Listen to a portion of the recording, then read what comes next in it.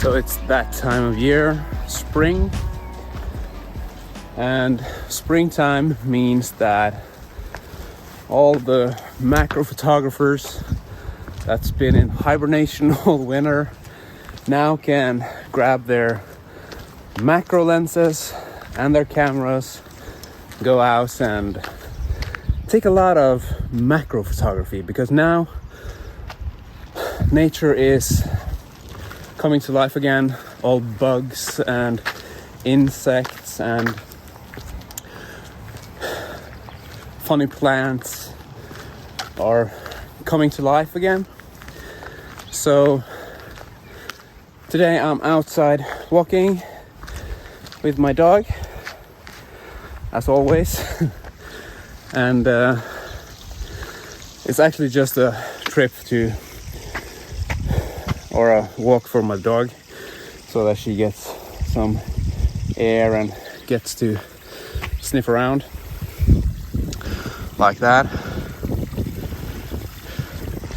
But like I said in my last video, I'm going to be more, or force myself to be more creative. So now I have brought my camera, my macro lens. Actually, I have more lenses with me also, but my main focus today on this walk is macro photography, trying to get see what kind of bugs I can find. Already got some ants that were crawling on some flowers. So yeah, me being creative, making more YouTube videos. So I have my Sony A7IV 33 megapixel camera, and on this camera I have my macro lens, which is the 90mm f2.8 Sony G lens. So let's see what we can find.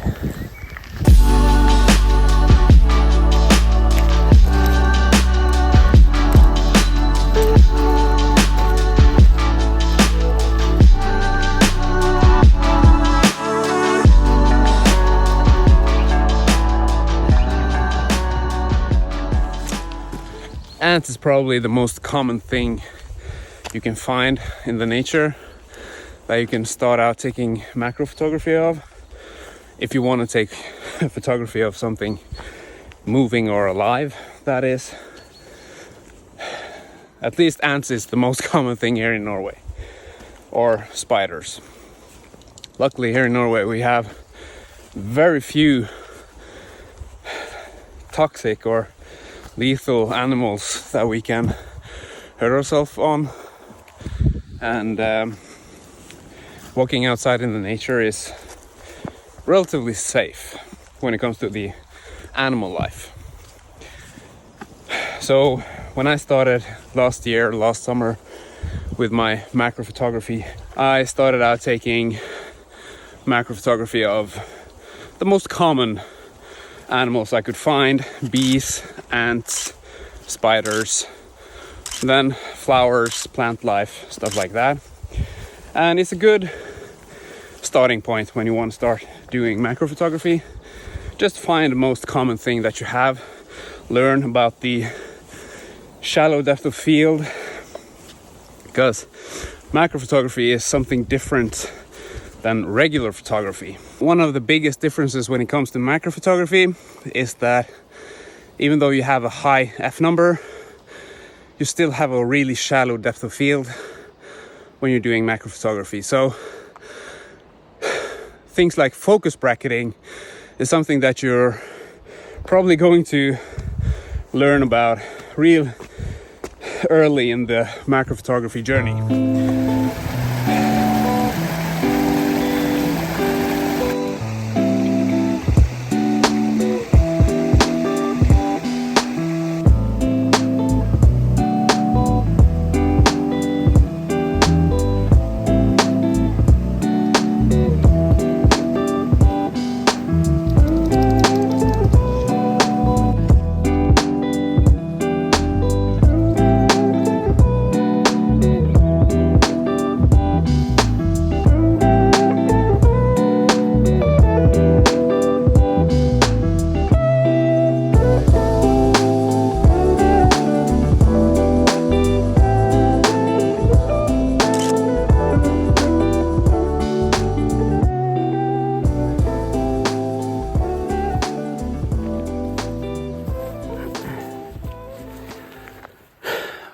things when you're getting focused into macro photography is that things that you normally wouldn't notice is something that you really put your interest in. Like, take something like water drops, for example. Water drops on leaves. Last year I took a series of photos where I focused on water drops. I printed out 3 of my favorite photos that I took last summer, and I have them on the wall in my living room. And it's something fascinating about water drops. You see the world in a kind of a different way. But yeah, it's fascinating. It's fascinating how much you notice when you really focus on macro photography, and going on walks like this, for example, regular or normally I would have, on my way up here I would probably have used 15 minutes. Today I probably have used 45, just because I'm stopping and seeing water drops or animals or ants and insects and stuff I want to study more. Like, you notice details a lot more, and you kind of appreciate nature or the stuff around you more than you otherwise would. That might have been a stupid way to say it, but it's actually true. Like right now, when I'm seeing over here, this here, let me show you. I wouldn't have noticed this if it wasn't for me being interested in water drops. But just take this tiny little bush here with all these water drops on it. I would never have noticed it if I wasn't paying attention to water drops and the details around me. So I think I might try and take a photo of that, see if I can get something useful out of it. Who knows? Sometimes the autofocus has a hard time locating what I want to photograph, and in those cases this lens has a feature. I've talked about it in an earlier video, but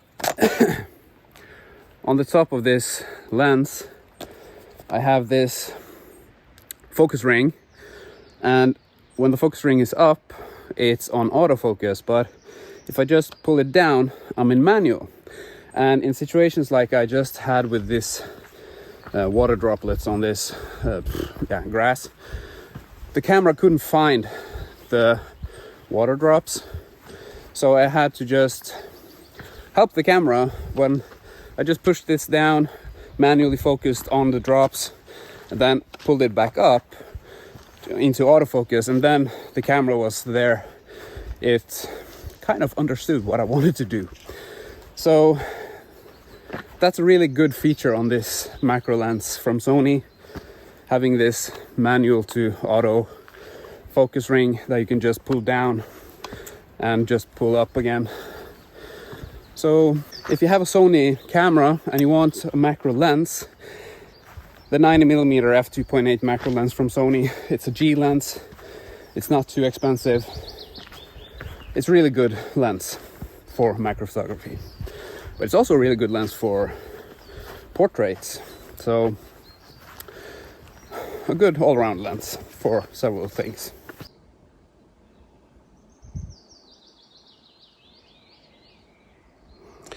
Being outside in the forest, just listening to the sounds or the lack of noise, actually, that's also something peaceful, something you get extra when you get outside in nature trying to find things to photograph.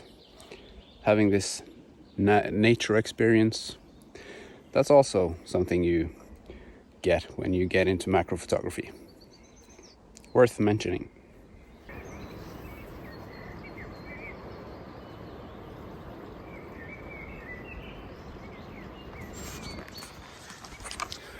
When you're in the middle of the forest and it's all quiet and you have your dog with you and it does this,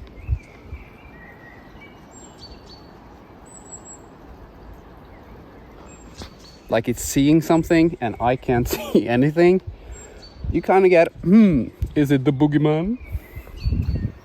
but I guess it's just the birds she's hearing, because even though she's a Portuguese water dog, she should be called a Portuguese bird dog, because she really likes to run after the birds.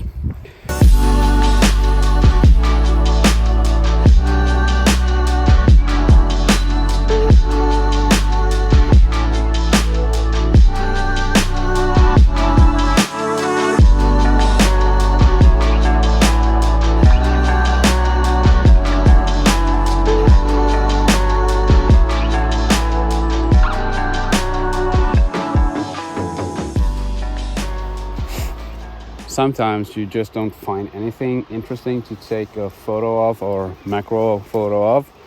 Then it's probably a good idea to just stand still, just take a good look around, see if there's any flies or bugs or anything that lands next to you. Because even if it's not there at the time you get there, like now, there's a butterfly. If I'm lucky, it gets over here. But sometimes it's just stand still, wait for the stuff to get to you, and then you can take your photo. Now, this is a great example of just standing still, looking around, taking your time to see if you can find anything. Because I was just standing right over here, thought, here's nothing to take a photo of. Maybe I should just take a photo of these branches over here, or bushes. And then I did that, and what I saw in my camera was that there was some spider webs that I didn't see with my own eyes, that the lens saw. And then when I looked a little bit closer, I hope you can see this. There is a spider here. Just take your time, look around, study the small details, then maybe you can capture something. Thank you for following me on this little walk today. Me trying to get back into the creativity of YouTube. So yeah, thank you for watching. If you found this video interesting, please hit that thumbs up button down below. If not, press that thumbs down button twice, like everybody's saying. Subscribe if you want to see more videos from me and my channel, and if you have any subjects you want me to make video of, please leave that in the comment section down below. So yeah, thank you for watching. Maybe I will see you in another video.